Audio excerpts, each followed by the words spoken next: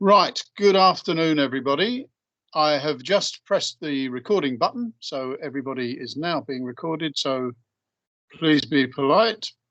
Welcome to EVA25 broadcast number 8. Who would have ever believed it? And on Thanksgiving as well, so we may not see many Americans today. We can all go and have a turkey dinner or a Pizza Hut Christmas turkey pizza, perhaps, afterwards, which I think they're doing. So welcome to the 25th broadcast in the Conversation Club. Today we will be discussing diversity and getting a real take on it. Very much looking forward to having Carol Deveney and Ruchi Singh talk, chat and converse about that. I met Carol for the first time sort of virtually a few days ago, and again she knows Alistair from long ago and has worked in several industries. Now I think consulting on sponsors a lot.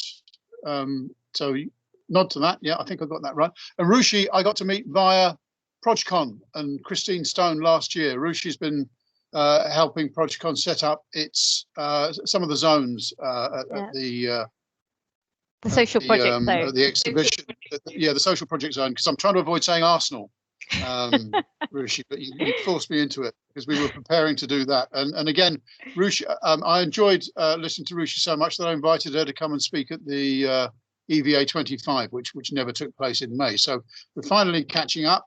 Ruchi and Carol are going to kick off on diversity. So welcome to both of you, and I'll disappear now. The stage is yours. Thank you. Thank you very much. Thank you, Steve. So I think we're just going to both do a brief introduction of ourselves. Do you want to go first, or do you want me to start, Ruchi? I can go first. So hello, everyone. I'm Ruchi Singh. Thanks, Steve, for the very nice introduction. But I've been working across major projects and government for over 25 years now, looking at transformation and driving efficiency and outcome. But most importantly is getting people to think differently so we can drive that good to great narrative. Over to you, Carol. Thank you. So I'm Carol Deveney. I'm managing director of a small consultancy, and we, as Steve said, we specialise in sponsorship, so mostly of major projects, predominantly infrastructure, but not exclusively. And my background was in sponsorship of major projects at Network Rail, so essentially building new railways most of the time.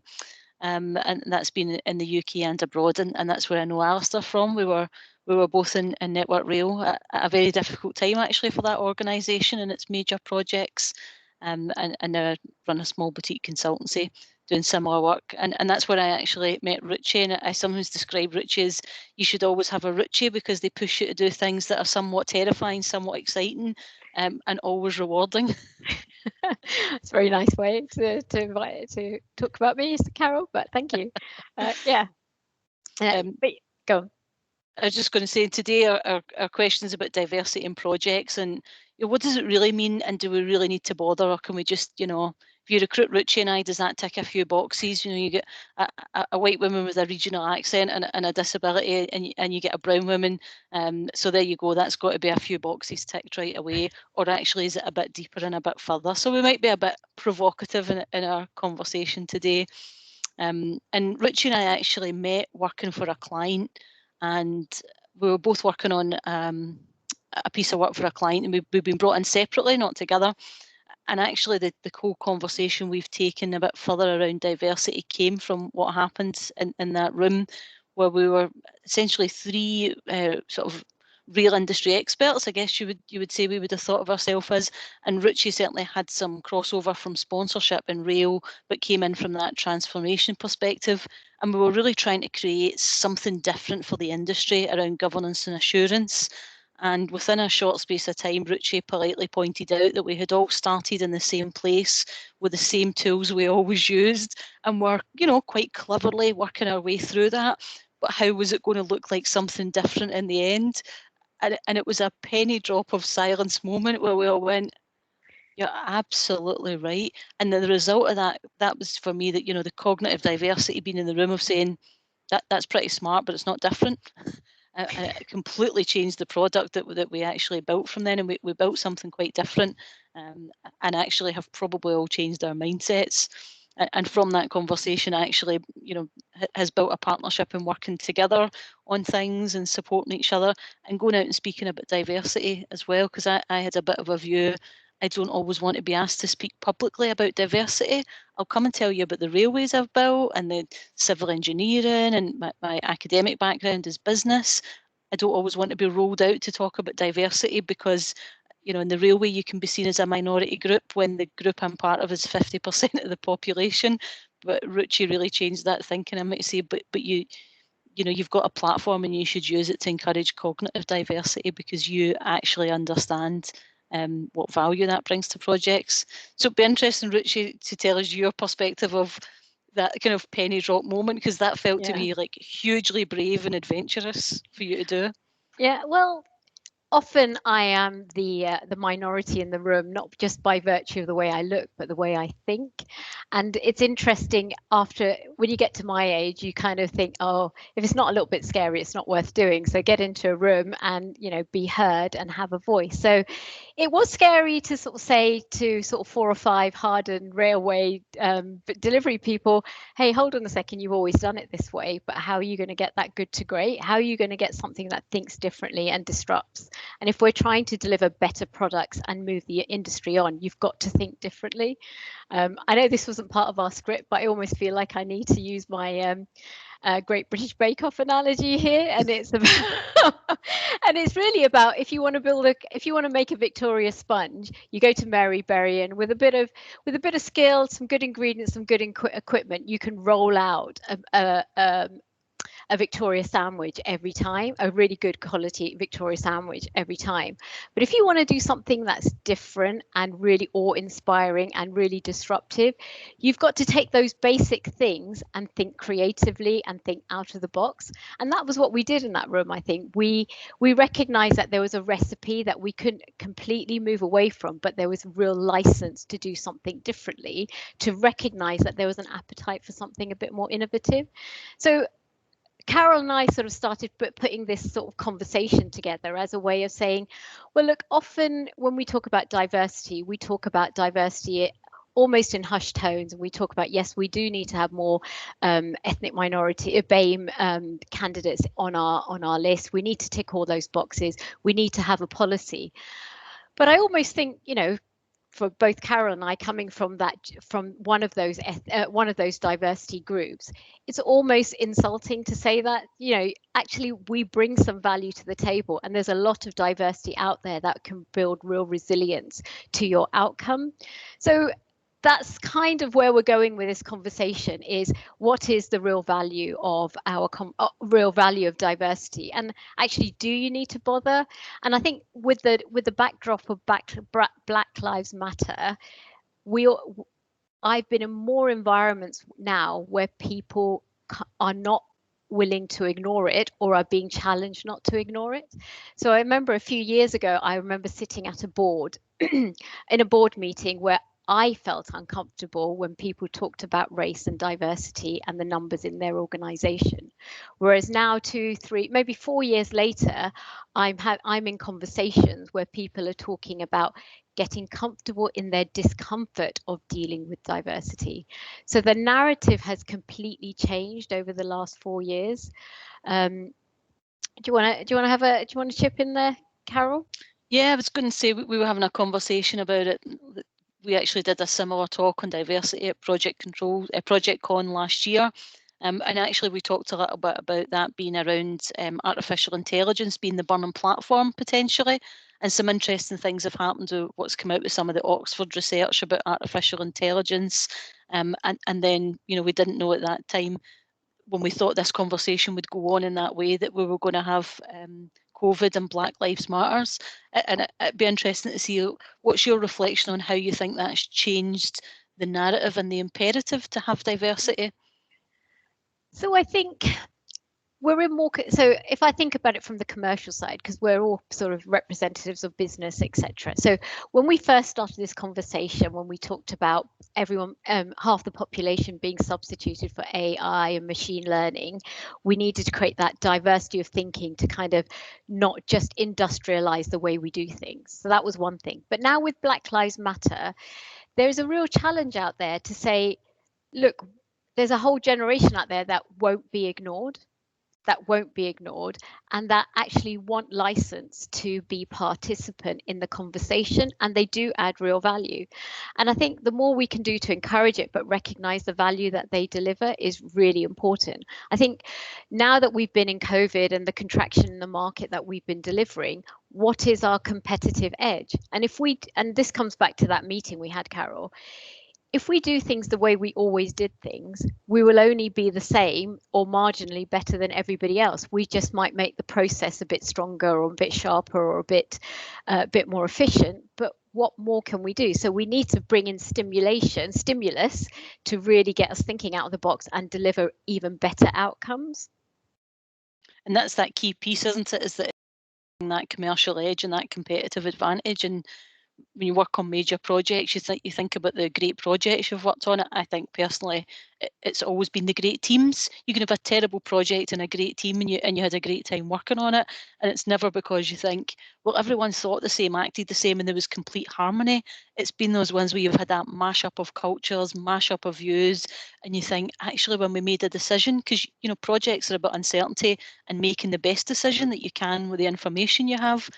And actually that confidence you have of there were enough people in the room with different ways of thinking that we at least considered it from all these different perspectives, and we settled on this and we moved forward. And sometimes some of those best ideas come from that.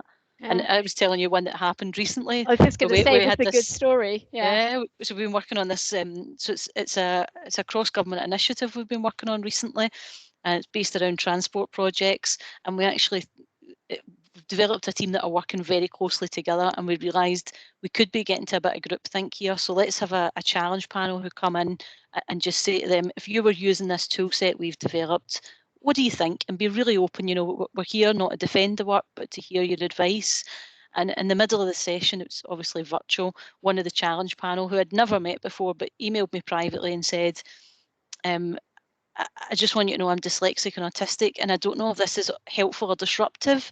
And actually the feedback he was giving us was the most helpful. He had given us brilliant insights about the fact we had a document and it should be a website, pretty fundamental, and then was giving us this great advice because he was looking from another perspective, but also looking at it in a different way. So I had gone back to him and saying, actually, my husband has ADHD. He's the person I always get to challenge ideas because I know his neurodiversity is, his neurology is different from mine.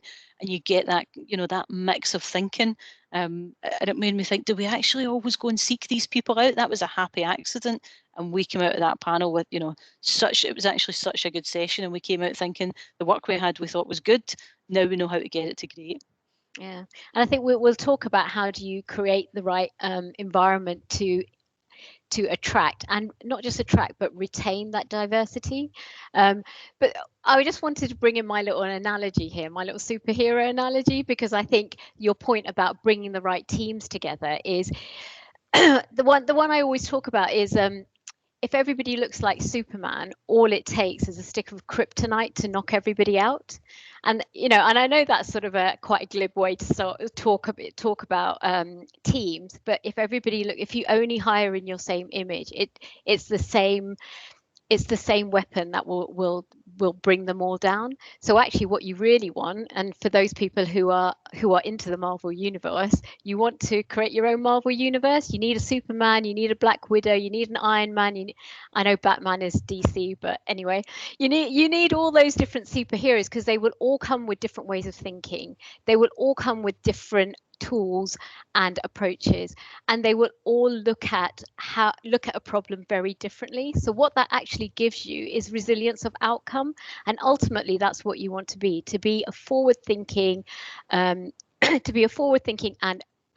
armed organization ready to deliver against any challenge. You want that neurodiversity on your team, and it doesn't matter if anything, everyone needs to look and think differently, because it makes you better. You're stronger in your diversity than you are in your sameness.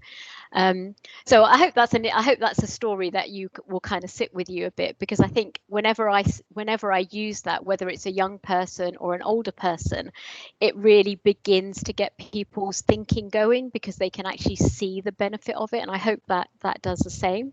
I think we're going to go and talk about the conditions for attracting people. Yeah, I think that'd be good, Ruchi. Yeah. I was just going to say, in that Marvel universe, we're working with the same client, and the contracts we're both working on, supporting a client who's actually recruiting in that way, who's saying, I'm recruiting a team of people, so I actually need people with different behaviour sets and different styles.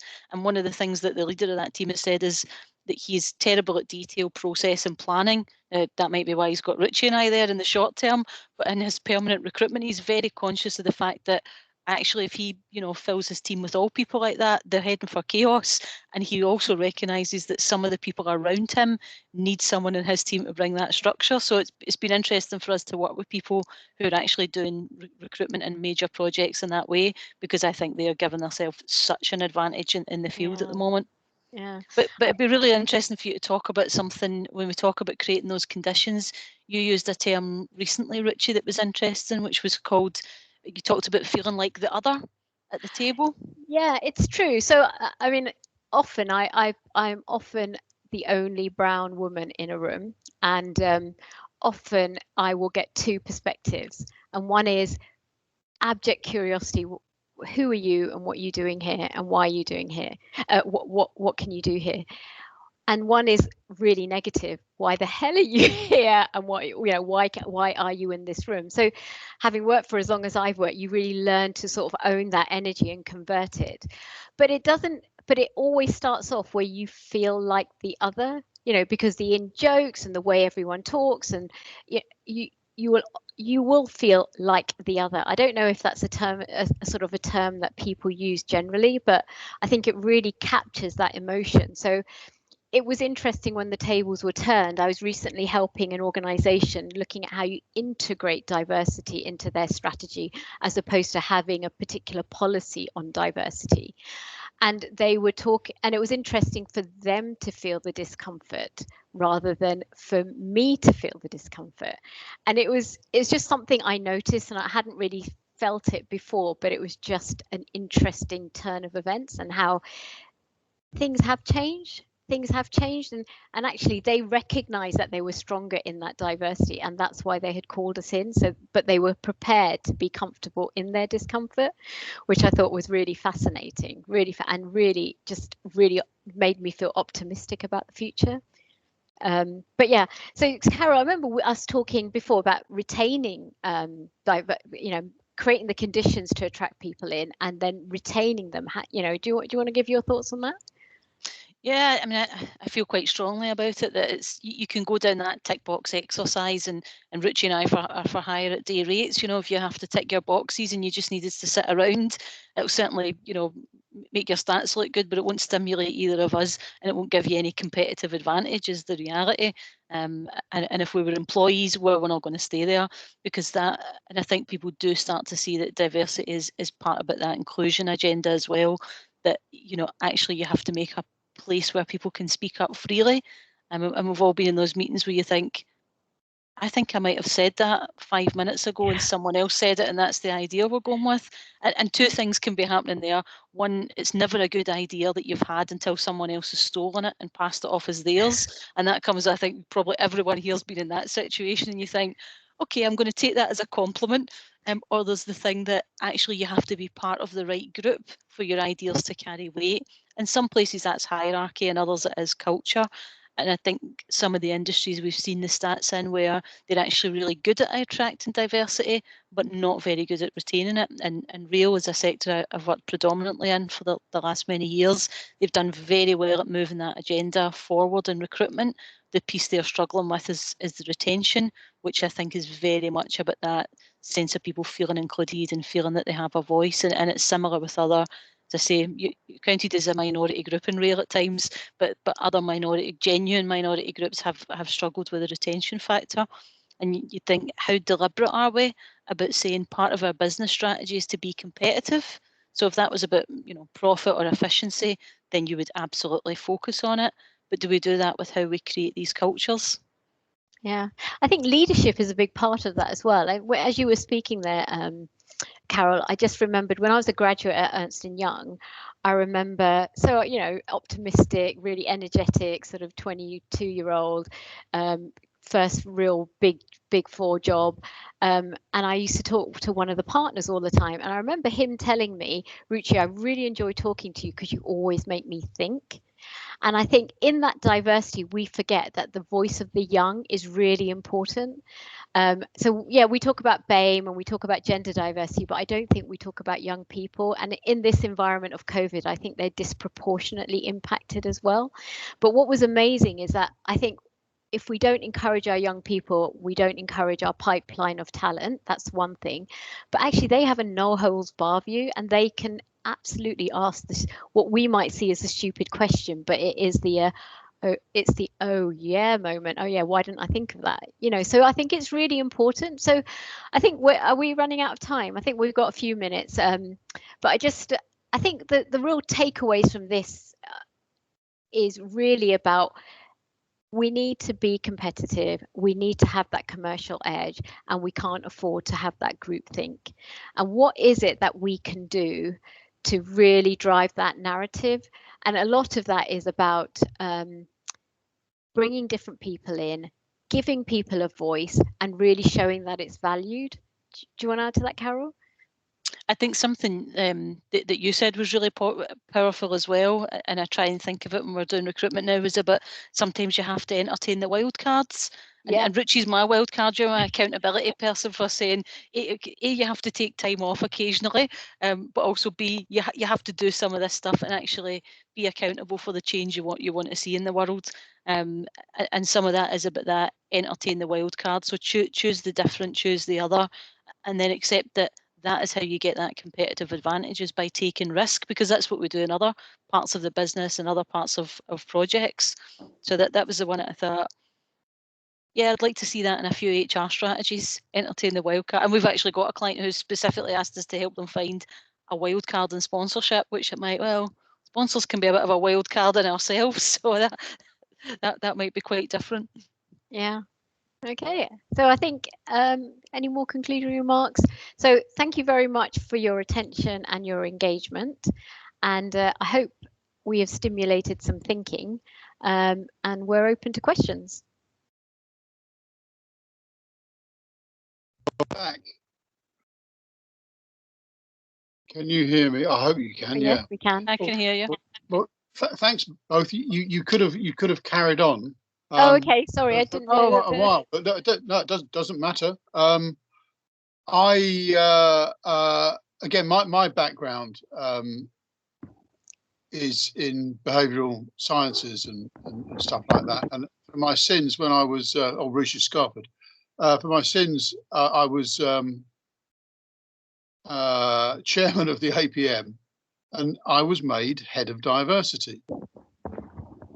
And because again, you look at the demographic of the APM, and the stats aren't particularly shiny as far as in the very minimum gender balance, let alone the other aspects. And I felt that diversity at that point was far more nuanced than that. That we had. They say project management is the art of the possible. So one of the approaches I wanted to take, and took quite a lot of advice on, and I'd be interested to hear your take as well, because I think there's good and bad in it, was this notion of positive discrimination. And that if we were going to step change the look and feel of the APM, I was more than prepared at the time, this is about 5 years ago now, to issue the edict that all committees should be 50% gender split, because at the time I was running a board that where we were 50-50. And those sorts of things, literally catapulting and engineering the gender balance. I took quite a lot of advice, spoke to experts in inverted commas, in diversity, offered it to the membership, and was robustly pushed back by the women. And I can see why they did, but I can also, from a higher strategic point of view, and as a leading decision maker in that association, I thought if we left it to organic growth, it's going to take us forever to do this. What's wrong with maybe having a short, sharp shock to really alter and change the organisation, even if after that you take a step back and you don't constantly implement that, but just give more voices, more presence. I hadn't even begun to move into the other areas of diversity at that point, but we'd started the conversation going. But I think we stepped back from that as an association, and I can say that now because I'm, there's clear blue water between me and the APM from a sort of directorial position, and it may be worth asking the boards of the APM and other associations what they think. But what do you think of positive discrimination in terms of bringing out about step change? So I think Ruchi and I might have different views. We've not actually talked about this. Yeah. And my views differ depending on context and sometimes depending on how I feel about it in the day of the week. I personally feel I've worked quite hard to achieve quite a lot in my personal career, and I don't particularly want to get another role because of a statistical requirement. That's very strongly how I feel. But I accept that that's my personal view, and that other people might feel like, well, actually, we've got a 400-year disadvantage culturally. So actually, we would like that step up, because once we're in, then we can demonstrate, that actually the value we bring, especially in that cognitive diversity. So I think there are two sides to it. I think it's easy for professional, capable people to reject it as a concept because we're already in that position. We've got the seat at the table. Politically, I've seen it. If you look at what's happened in some of the Scandinavian parliaments, and I think Iceland's one of them, where they've said, okay, 40% or 50% of the politicians must be women. They've had really good outcomes. So I do like to say judge everything in outcomes, because in projects that's actually a dangerous concept, because if you only judge outcomes, do you ever measure safety or value? But actually, I think when I look at some of the outcomes elsewhere, it's been really, really powerful. So like some things, I'm up for having my mind changed on that front, because incrementalism's just not working. Yeah, just not working. So I think my view's similar but slightly different in that, like Carol, I work really hard to get where I am, and I want to be bought in on my merit. But I was recently on a recruitment board for a very political and visible director role, which needed to be from a BAME background. And when we did the shortlist, we didn't have enough BAME candidates on the shortlist. So I was round the table with some very senior people from across government, including courts and police and mayor's office, that kind of thing. And I remember just suddenly being struck by passion, saying, hold on a second, you've just undermined 25 years of hard work down to the colour of my skin. And that is how I felt in the room at that time. And it was only the 10 seconds later I thought that might have been a career limiting comment, but that was actually how I felt. So then the agreement we came to, and I think this is where, if we put the right person up but for the wrong reasons, they actually, being first past the post, they could actually make it worse for other people, because they don't have the capability and the competency that is required. So that's the first thing. The second thing is if you're going to do, I don't think it should be about positive discrimination. It's about putting the right coaching and support around the pipeline to make sure you have a viable pipeline to that leadership table. And through the organization to the leadership table. And I think starting to nurture them from a young age is really important. So for example, I've just started a new initiative, which is the Young Ned initiative for health. So we've just recruited 4 new young people who have stepped up, and we're going to mentor them and support them and give them exposure in ways that they would never have got. I think there's a question there, Steve. Oh, There's a who have we question. got? Sorry. Bob's got his hand up. Oh, I didn't see you, Bob. Sorry. By all means, switch on and start talking. Yeah, That's okay. no, you're down my list here. Go on. You probably just answered this, really, but the government often introduces legislation to bring a change, such as it did in construction, make it compulsory to wear helmets. And then when everybody wore helmets, then they did away with that piece of legislation and just said, well, it's part of your normal risk assessment, that sort of thing. Same with seatbelts, you know. I mean, it now you wouldn't think of not wearing a seatbelt, sort of thing, although a lot of people did not wear seatbelts at the time. I mean, I know I hear your point about hiring, you know, the right people for the wrong reasons, but do you think in order to give the thing a bit of a kick, if you like, there's a place for the government introducing legislation for boards with and their composition with respect to diversity? I mean, they have to think long term, because in the long term they've got to get replacements for the people they've got, and if they're in the wrong place, sort of thing, then they've got to do something about it, which means they've then got to start training people to bring through the right people because they've actually paid attention to them while they're in the queue, if you see what I mean. You know, have some competition to get up there. But do you think that could be kick-started by legislation, or would that just work against the whole thing? Shall I answer that? Or do you, Go first. Yeah.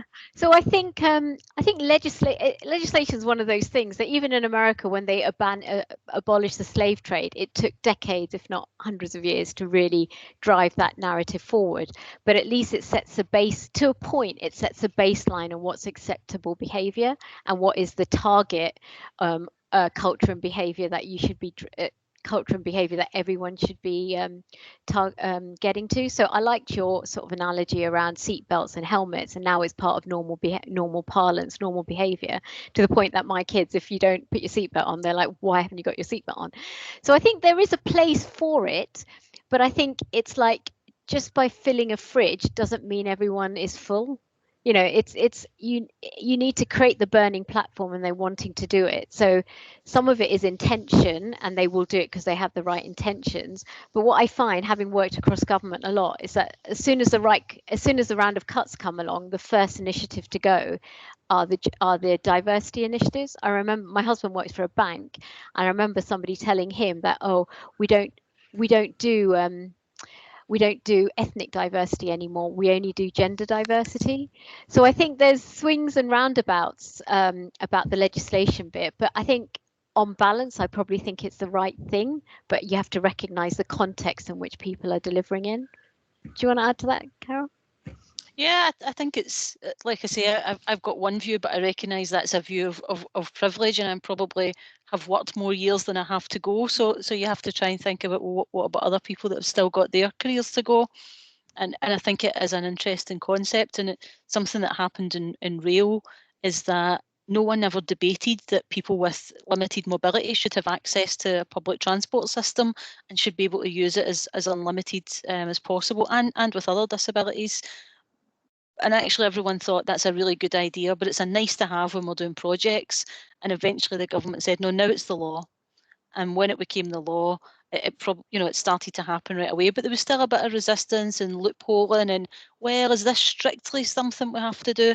And now actually it's become a cultural piece, and what people realised is it's great business, because when more people can use your service by accessing it, then actually more people use your service, because people don't want to be relying on others and taking taxis. Yeah. So now people have seen the whole range of benefits, as in it's good publicity, it's good government policy, you get money if you're a projects person to build it, and actually the benefits are phenomenal, so that they are soft and they're hard and they're financial. So I can see that some government legislation combined with some incentives to do it would be right, but what I do think is it has to be proportionate. So if you look at, you should reflect the community you're within. Yeah. So that has to be proportionate. And I think of particularly you know, some areas where you've got very, very small populations of an ethnic minority, or where you generally have, you know, huge numbers of women, you can't immediately say we're going to change this overnight and everything's going to be 50-50, because what you're going to find is a skills deficit, and it will do the argument harm, because you will lose your competitive advantage. So it should be measured, proportionate, and incentivised, I would say. But yeah, it's a good idea. Perhaps there could be a notice period which might sort of prevent that. If you said, you know, this is going to come into effect in 7 years' time, Yeah. so start training people. Yeah. Sort of, that might encourage people as well. Yeah, I think so. That's a good idea. And I think it's a bit like my analogy around bringing people in. If you put the right support around them and show them that there's a pathway, then actually that at least creates aspiration, because some of it is some people don't even aspire to be in those positions because they think they don't have license to be in those positions. So I think your sort of 7-year sort of notice period is quite a good idea. Yeah. And I'll tell you where it would help anyone who's in the more traditional industries, who's trying to recruit people into the tech world. You know, that is incredibly hard. If you're trying to recruit the brightest and the best, they don't want to work in the mundane stuff, and you need brilliant people working on the mundane stuff. And if you're not Google and everyone wants to work for Google, you have to up your game by saying we're attractive to you and there's a place for you here. And that can be quite different, because, you know, people's expectations are different. Good. Yes. Thank you. Okay. Good question. Thanks, Bob. By all means, put your hand up if you want to ask a question. If not, I shall dive in again with this one. What do you think the relationship between diversity and disruption is? And do you think those two terms are mutually exclusive, mutually compatible? And should we, you know, in a few years' time, be thinking that diversity how helpful or unhelpful is the term disruption in diversity? Because at the moment it's kind of synonymous with it, because it's helping shake stuff up. But is that what we should be aiming for? Constant shake up, or do you think we might use a different language in the future as we progress with this? Do you want to go? Shall I go? You take this one first. Yeah. Okay. So I think disruption's like a lot of words. It's contextual. So some industries you work with, people, you know, that is at the core, and that's the way they talk about themselves. Maybe some more traditional industries, especially where I see really strong sort of monocultures, you see people much more resistant to it, and disruption is, we don't want to talk about disruption, particularly in places where disruption is perhaps how you measure your performance, then actually it's seen as a negative thing. Should diversity bring disruption? Yes, in the current context, if we want it to change. But I've worked in some contexts where, so I worked in Canada for a while, which is a very, very multicultural work environment, and actually there isn't a disruption from the diversity. What there is cognitive diversity that brings challenge and brings different ideas, but not particularly in a disruptive way, because it's become the norm. So they've you know, you can't keep disruption forever. You know, you end up in chaos if you keep disrupting. So actually they've gone through that sort of disruptive curve, and now they're into a norm with the cognitive diversity, which allows them to then be disruptive in other ways. Yeah. So I totally agree with you, Carol. I mean, all I was going to say is understanding the term diversity as cognitive diversity, as opposed to just people from a particular background, because doesn't matter what background you're from, you could all be very middle class and very professional and still think the same way. So it's really about that cognitive diversity, and it's that disruption is a good thing when it's positive, and it gets you to a different place, and people are either open or not resistant, or you can manage the resistance to get them to that different place. But when disruption is toxic, I won't get all political, but there's various political disruptions that we all know about, which actually can be toxic and take us backwards. So I think it's, as Carol said, it's that context bit which is really important, and having the right, and again, I think it's down to leadership as well, driving the disruption in a positive way and knowing when to put the brakes on it. Yeah, well, I was had you not said that, Ruchi, I would have said I think it has to go hand in glove with, well, because a lot of business leaders or, you know, managers currently, you know, and in the old days, pre-disruption, you might have produced, in my line, as a consultant, you'd go in to shake things up a bit, to be a devil's advocate for a new way of thinking, a new idea, you know, to introduce a new process or something like that. But in the end, you'd walk away. You know, you weren't folded into the fabric of the culture and the behaviour of that organisation. You'd done your job. You produced a change of some sort. Whether that change was going to stick or not wasn't your problem. In a way, you rather hoped it wasn't, because then they'd call you back again in 6 months' time to have another go. You know, because if we fixed everything, we'd all be out of a job. Yeah. But this notion, I think, to be able to get leaders to understand that they need people from a whole variety, from this variety of backgrounds, you know, offering this richness of experience, to be able to enable them to both think about and actually then work within these spaces where these new ideas, this new way of continuing, you know. So it's kind of like we work. Well, it's a rotten analogy, but you know, how the hell do you keep working for Coca-Cola fresh every day? Because when you come in, you say, well, what should we make today, guys? And it's Coca-Cola, isn't it? But somehow or other, they're the biggest drinks company in the world, and they still keep doing it, you know, because they reinvent it and they come up with different ways of expressing it and doing it. And I just think that we miss a trick in most of our organizational lives by not calling upon, you know, 100 different ways of trying to express the same idea. Yeah. Because, you know, people respond to novelty, they respond to variety. Yeah. And as long as a leader you are focusing that, you're corralling that, you're guiding that effort into something which has a positive outcome for your organization or for your people or your country, then that's a good thing. You know, it's where it's untrammeled, and so again, going back to the APM saying, well, let's step change anything. I hadn't really thought about what we would do after that once we did that, because it's not just the change. It's you know, what are we going to do with it? What's the big idea? You know, what's the you know, which bit of the castle do we charge for? You know, so it's I think it's a really rich subject, and again I scribbled down, we all need to become psychologists and psychoanalysts to do this, really. Yeah. You know, have you actually worked with any frameworks which try and do that, so that you can integrate these personality traits and tropes into an outcome? You know, maybe for this particular project we need these kinds of people.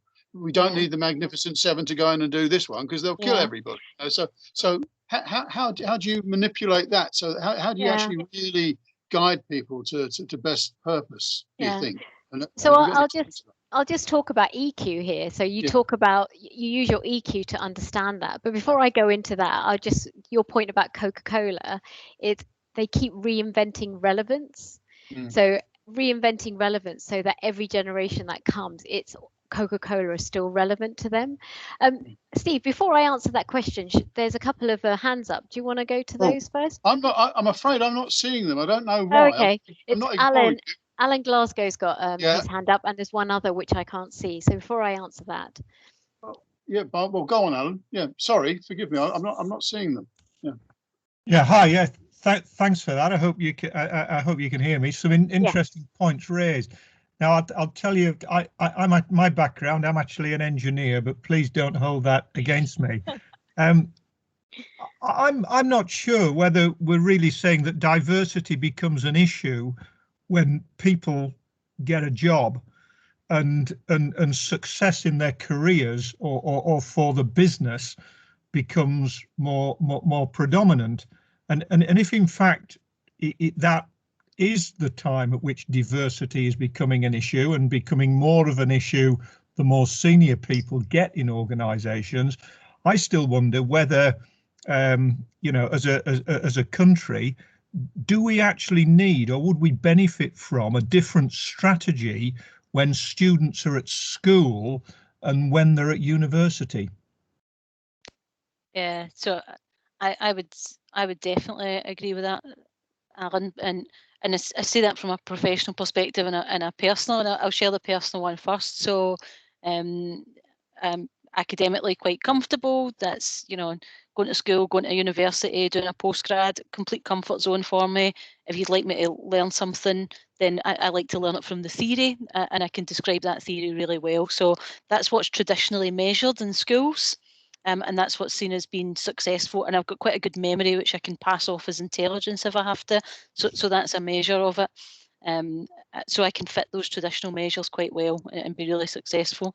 If you look at someone like my husband, who has got ADHD, which comes with dyslexia in a lot of forms, not diagnosed till he was an adult, school is actually a really negative experience for people who don't fit that neurodiversity.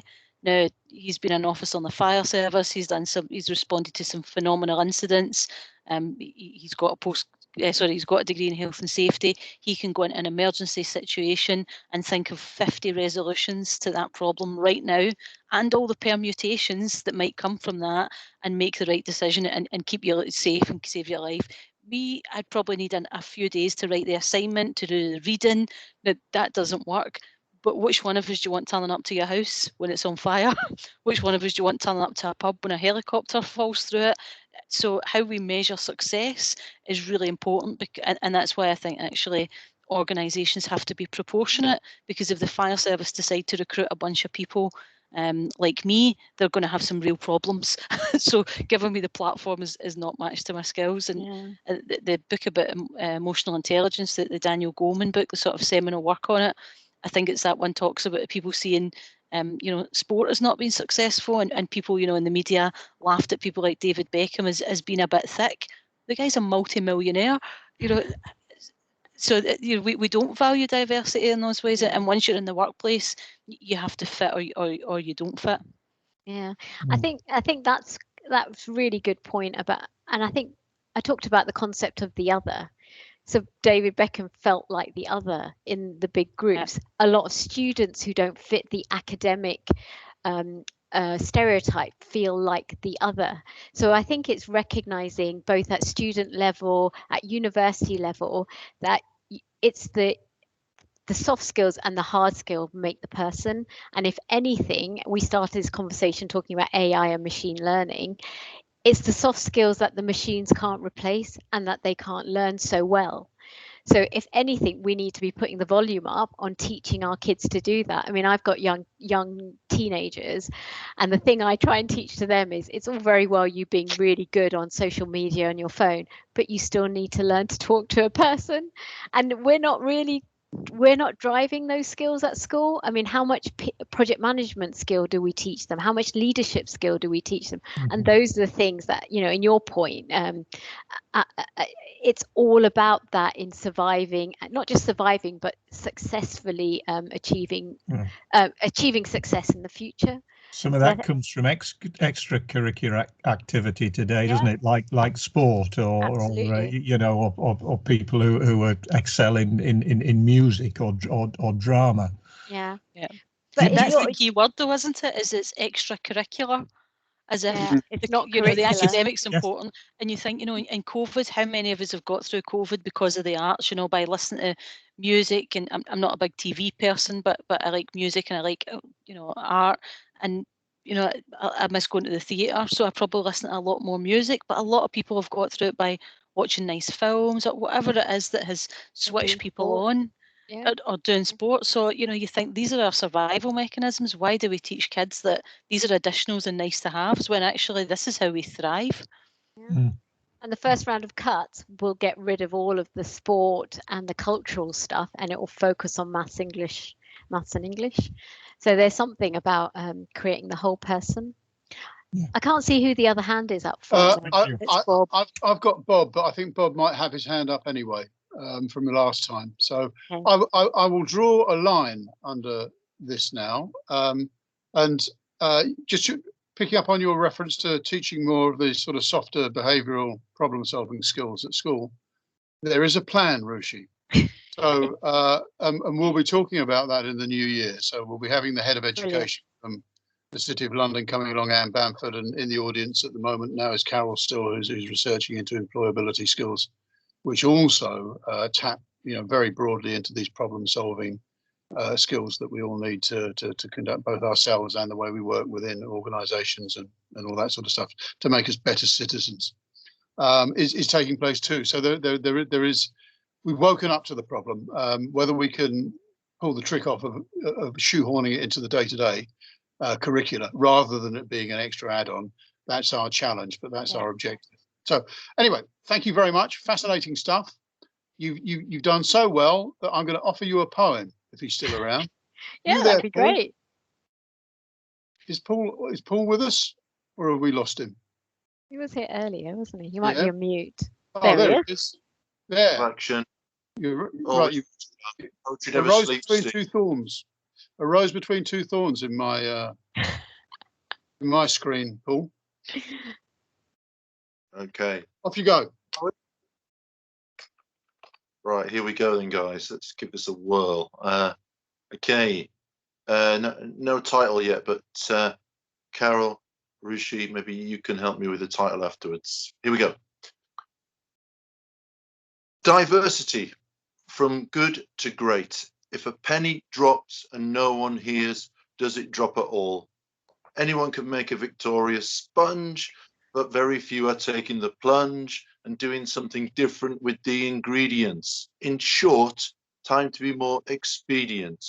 What is the real value of diversity? Firstly, its main challenge is it's a challenge not to ignore. It's about leaving your seat and showing your moves on the dance floor. We are stronger with diversity and weaker because of sameness. To achieve the true art of the possible, we need to include those who subscribe to a different oracle. We still need meritocracy to prevail, not just first past the post. It's the pipeline to the top. Not is it plumbed into all society? Try a different hardware shop of life. Enable a pathway that channels variety. Try a pipeline for all. Even go to B&Q. They've got quite a few. Try shaking it up with a disruption gauge. Radical change to an existing industry, removing the mystery of established acceptance, keeping the flavor, but with a different essence, reinventing relevance, creating a state of being closely connected. However beautiful the results, you should still look at the strategy. We don't want a Shakespearean tragedy, not just playing to the masses. Time to go to Specsavers and check out some different glasses. Fantastic. That's brilliant.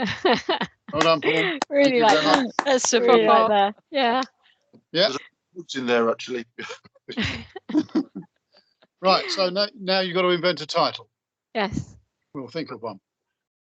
Right. Well, I will conclude this now by giving a couple of messages. I think we have just a note from Steve Jones, who's on the call from Sellafield, saying that there appears to be a plan to elevate the gender balance, or some research will be conducted at Sellafield, lifting the gender percentage from 20% to 40%. Well, there's an ambitious challenge. Paul. Sorry, Steve, could you try and context or frame your statements when, especially like that, somebody's on the phone from Sellafield. I was just about to my wife and say, I love you very much. I'm really sorry for all the things, I'll try harder, Paul. Right, you stopped me in my flow now. Oh yes, tomorrow. I hope that some of you will be joining me and some from the channel to discuss the diagram that we're putting together for project controls as a contributor to the British Standard on project controls. So to give it this broader look at the landscape of what project controls is. Key factor is drawing the identification and management of benefits from cradle to grave, that is beyond the delivery of the actual projects, but well into their use, and having that as part of the overall intention of controls activity in the future. And there's an opportunity to get together and discuss that at 11 o'clock tomorrow on a Teams meeting. an invitation was sent out, I think, a couple of weeks ago. So if you can join me, great. If not, we'll do some work and then bring you all up to date where we are again. So apart from that, it's been a lovely night. If you're going for a turkey dinner and pumpkin pie, then have a great time tonight, and we shall see you tomorrow. We will be next week. Next week we have Nat Moyes interviewing David Hancock, not Matt Hancock, and I will be calling it Hancock's Half Hour for those of you that are old enough to know what I'm talking about. So looking forward to that. David is in charge of construction at a director on the Infrastructure and Projects Authority. He follows our activities here very well, and looking forward to what he's been saying. I think he's been working on Project Pace, accelerating the way we deliver projects. So again, if you want to challenge him on that next week, that'll be a good thing to do. There he is, Tony Hancock, David's brother, the ghost of Christmas past. Okay, thanks. Thanks all. Thank you. See you, See you next Thursday. Cheers. Bye-bye. Thanks, folks. Bye.